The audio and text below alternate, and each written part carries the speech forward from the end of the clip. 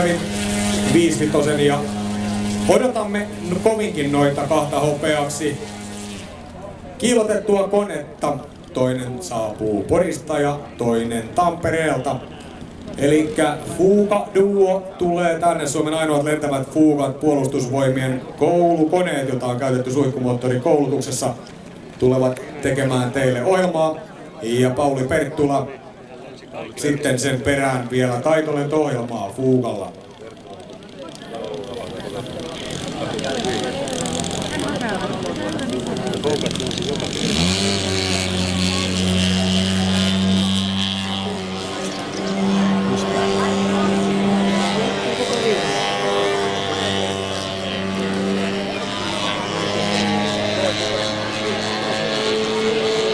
Ja näin tuo meidän toinen juontajamme kiiruttaa tuonne Janne Niskan nostuimen viereen 90 metriin nousevan nostimen kyytiin.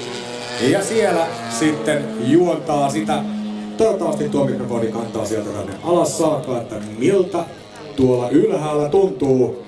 Jos ääni värisee kovin, niin siinä kohtaa voidaan sanoa, että tuotakin likkaa varmaan sitten jo huimaa.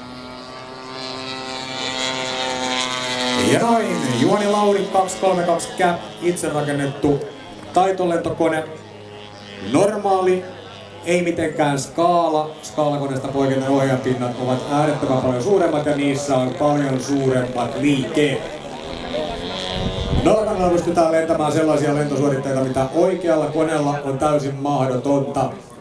On jossain kohtaa laskettu, että tuollainen esimerkiksi 300 extra vaatisi lähemmäs 1000 hevosvoimaa nokalle tehoa, että tehopainosuhteet olisivat lähelläkään tuota samaa, mitä näissä koneissa.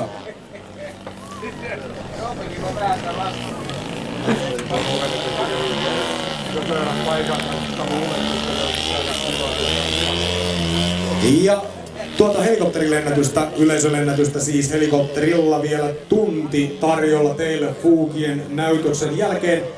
Eli 50 eurolla sinne pääsee lentolle mukaan. Mikäli sinne haluatte, niin kannattaa hipsin mennä tuonne ja varata seumapaikkaansa, koska paikkoja on sitten jo rajoitetusti, mikäli näin on. Mainostetaan tässä samalla hiukan Kouvolan seudun ilmailuyhdistyksen 50-vuotias juhlalentonäytöstä Fly in Selänpäässä. 7. elokuuta 2010 kello 10-16. Saapumislennot, mikäli omalla koneelle olette menossa, niin kello 12 mennessä. Itse lentonäytös on 12-15.30, jolloin lähi-ilmatila on varattu esiintyjille. Eli EFSC-notamit ennen lentoa on syytä tarkistaa, samoin kuin aina tämmöisiin paikkoihin tullessa ja muutenkin aina notameista. Löytyy Harakasta Hornettiin teemalla laajasti eri ilmailulajien esityksiä maassa ja ilmassa. Siellä näette laskuvarjohyppyjä, riippuliittoa, moottoroitua, varjoliitämistä ja traikkia ja kuumeilmapalloa. Mutta myös siivetjet-tiimiä, Pit-spesiaalia, Cap 232, Gloster Gauntlettia, NH90 puolustusvoimien uutta kuljetushelikopteria ja FA-18 Hornettia myös. Ja DC-3 sinne pitäisi myös saapua, että mikäli yhdistyksen jäsenlennokkeja Helsinki-Malmi-Selänpää ja takaisin osallistuu vähintään 15 henkilöä, niin siinä kohtaa se toteutuu. Sisäänpääsy on ilmainen ja vähän joutuu pulittamaan käsiohjelmasta peräti 5 euroa ja pysäköinnistä toisen samanmoisen.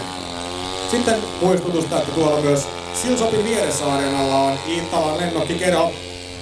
20 vuotta on toiminta-aikaa Kerholla ja siellä heillä on semmonen kuin heittoliidokki heittiö. Ja kerrotyön takaamiseksi 10 eurolla ja se on lähes hajoamaton, eli jos pikkulapsia perheessä on ja haluatte ilmailuun mukaan, niin sieltä edullisesti erittäin hienosti toimiva liidokki. Niitä oli aamulla vielä 50 kappaletta jäljellä, paljon eilen mennyt jo, eli jos sellaisen haluat, niin silloin myös jalkaa toisen eteen ja tuonne areenaan käymään.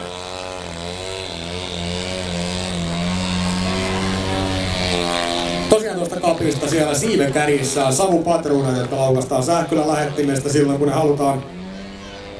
Niin saadaan myös näkymään noin kierteet ja rollit hienosti. Sieltä kaasua ja vedolla ja taas latta kierteeseen. Noin ne savut oikein pyörivät tuosta siiven kädestä siiven pinnalle. Juhani voitti eilen RC Freestyle Cupin tämän eilisen osakilpailun. Me saimme